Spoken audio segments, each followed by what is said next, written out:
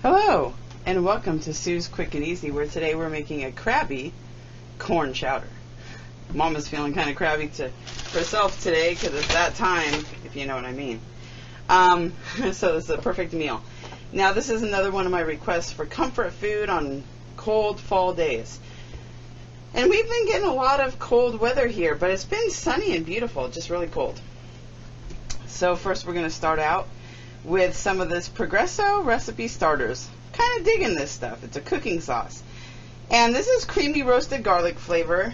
And I found a recipe on the internet that called for this stuff in a corn chowder. Now, of course, I had to revise my corn chowder a bit to add some crab, some sausage, and all the good stuff. So that's what we're doing today. So I'm going to first start out with a couple jars of this.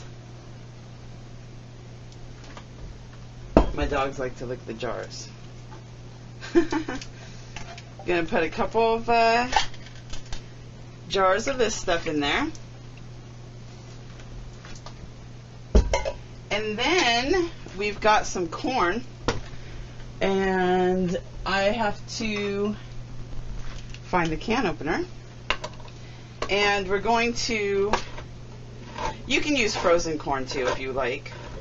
And some people even use a little bit of cream corn in their chowders. And I tried to find some cream corn in the store, but I wasn't too successful. So I just got some regular old corn. That'll be fine.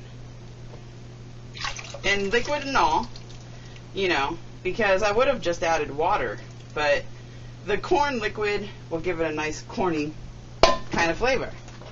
Okay, so what we're going to do next is we're going to add a little bit of seasoning. I'm going to add some of my minced garlic and a little S&P. And also, I'm going to add a little bit of Old Bay seasoning because Old Bay is a really good seasoning to use if you're cooking with seafood. So I am going to use, if I can open it, there you go. More than one way to open a jar, I guess. Gonna use a little bit of Old Bay. You don't want too much because it has a very distinctive flavor.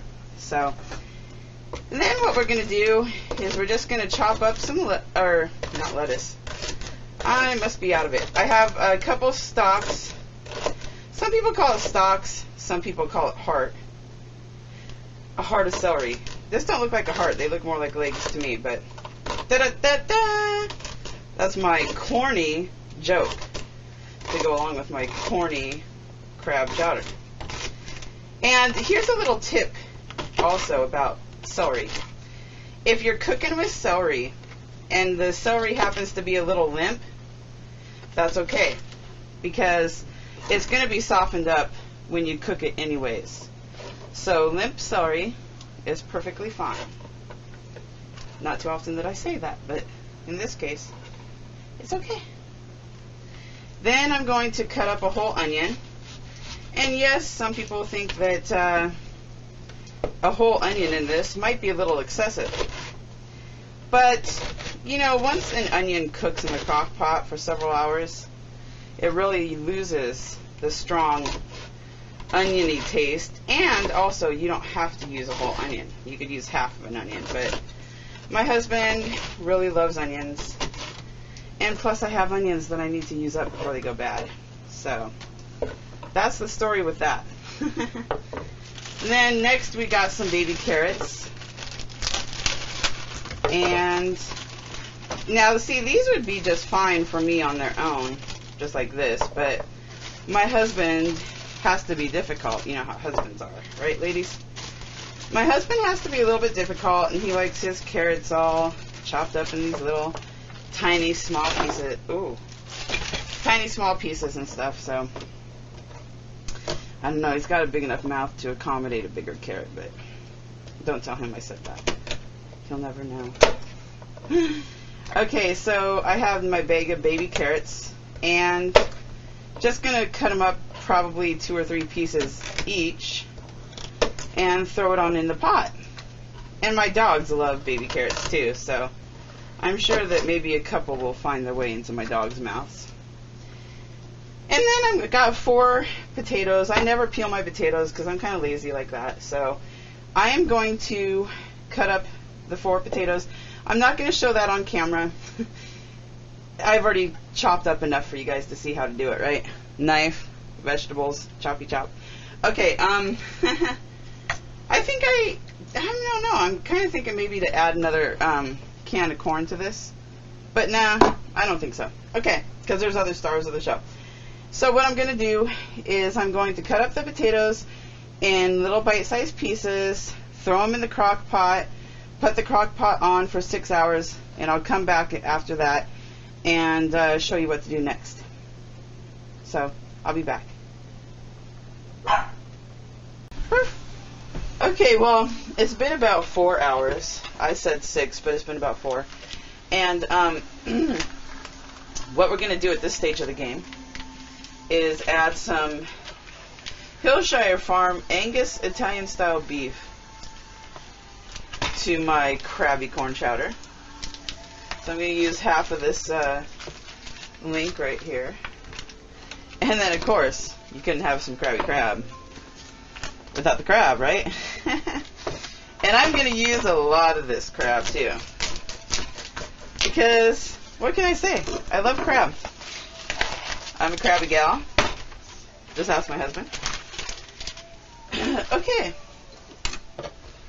So I'm going to just take this block and cut it right down the middle like that. Kind of fillet it. And then I'm going to just cut this up into bite-sized pieces. And I'm thinking that maybe I might even put, at the end of the cooking time of this, I might even put some biscuits on top for dumplings. What do you think, Cubby? Sure, babe. He says sure. He's never too enthused, but that's just my hubby. He's a little crabby hubby, and I'm a crabby wife. Okay, so gonna add my crab. And after I add the sausage and the crab, because it's cooking pretty well, that's why I came back sooner. It might not even take 6 full, well, it probably will take 6 hours if I do put the dumplings on top. Dumplings are good, not just for chicken and dumplings, people, but, you know, any kind of thing that you make that's like a soup or seafood or a stew or, you know, dumplings are great for everything. I think that everybody can dig on some dumplings. And total comfort food, right? This is looking good and smelling good already. So cut up the sausage. I'm just going to cut this thing down the middle right here. And then cut this up into kind of bite-sized pieces. And then I'm going to add that and let this cook a little bit longer, and then I'll be back when I do the biscuit part, or the dumplings, aka dumplings. Okay, so I'll be back in about an hour. Okay, well, here's the finished product. It looks mighty grubs. And I'm not finished yet, though. Okay, so the last hour of baking time, I put some biscuits, some refrigerator biscuits, on top to make me some dumplings. And I've grated some pepper jack cheese. Gotta have cheese. And not only just one cheese, but extra cheese. A little Parmesan cheese. And also a little bit of hot sauce.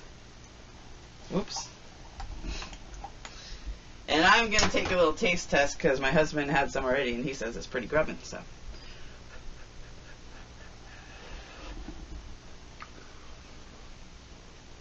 Hubby was right for once. It was good. Okay. So I'm glad that you guys joined me for another cooking segment. Stay tuned for more. And that's all I got to go say. I mean, I'm going to go eat my meal. So, till next time. Bye, y'all.